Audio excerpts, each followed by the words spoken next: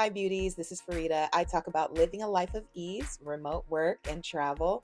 If any of these things sound like a vibe, please like, comment, and subscribe.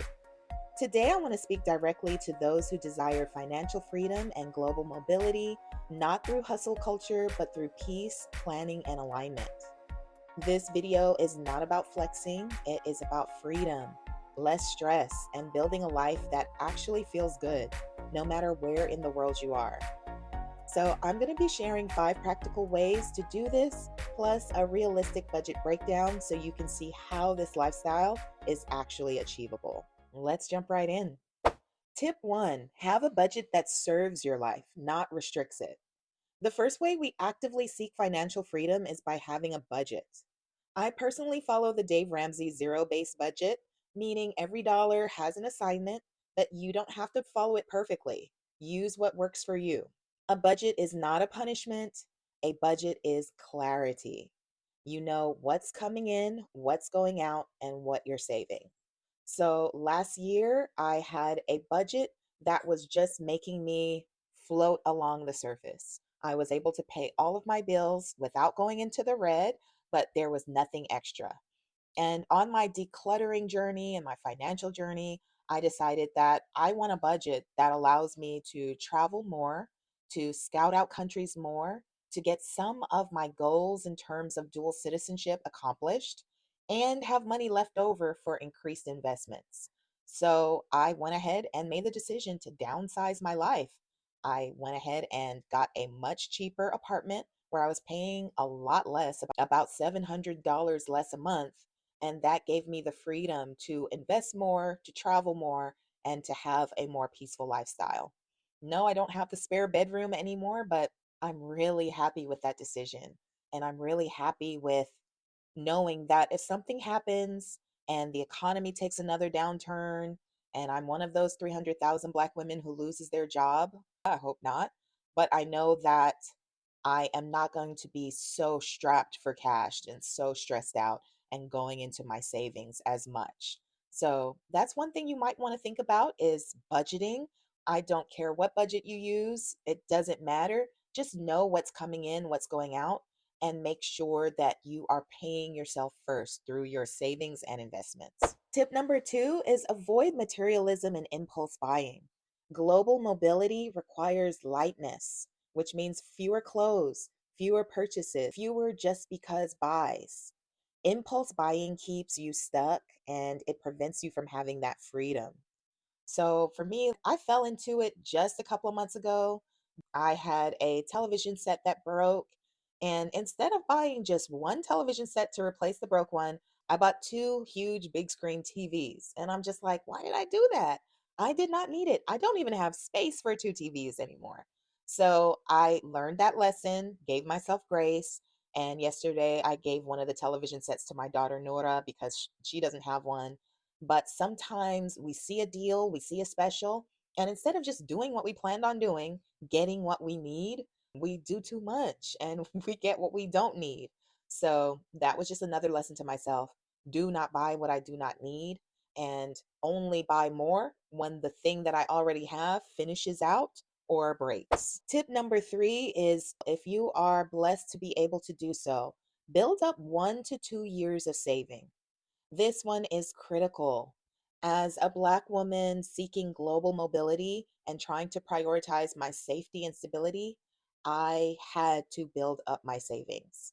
And for me, the minimum is 6 months, and it will be ideal if you can get up to 2 years of living expenses, which will be a lot easier to do if you are planning on moving abroad. If not, if you're planning on living simply and frugally, then this is possible as well.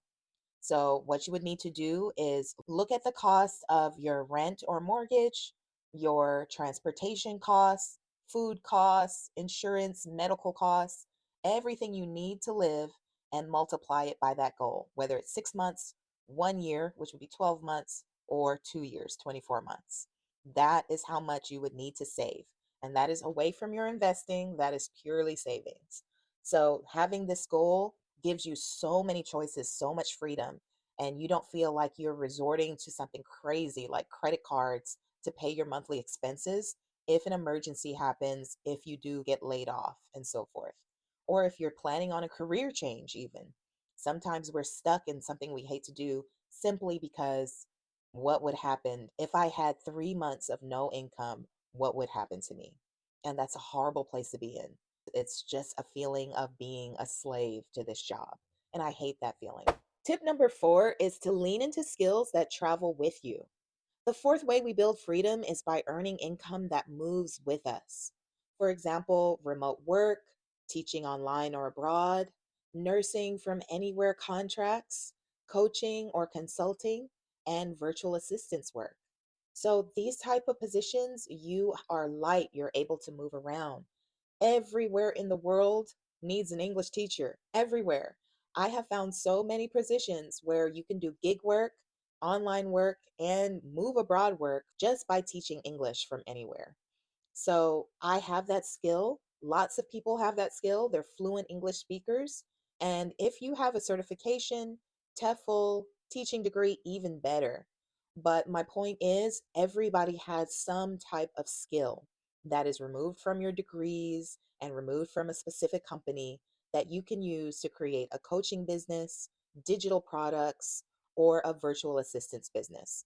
So think about what talents, what skills you have, what niche gifts that you can help bring to the world and give to others and capitalize on them. Whether you have the gift of gab, you're great at event planning, you're great at teaching, you're great at listening and coaching, whatever that is, think about starting a side hustle using that gift on the side so that you can have multiple streams of income, and if something happens to your mainstream, you have something else to rely on. And tip number 5, invest and let your money work for you. There are many beginner friendly ways to invest. You can definitely research what you feel more comfortable with, whether it is cryptocurrency, trading, robo investors. There is Wahid Invest, Sharia compliant investing, whatever it is. Choose one or two of these investing strategies and put away for your future and let it build and let it grow. You don't need to be wealthy to invest. You need to be consistent. The main way I stay consistent is letting these apps and tools invest on my behalf. That is the only way. You have to have it running on the background, paying you while you are doing other things because we're human. We don't remember what we need to be doing. So just like you might have your bills on auto pay, put your investing on auto pay as well. Thank you so much for listening and for all the new subscribers. Tell me what you are doing to live that life of ease, what your goals are. Are you planning on living abroad? Are you planning on slow traveling?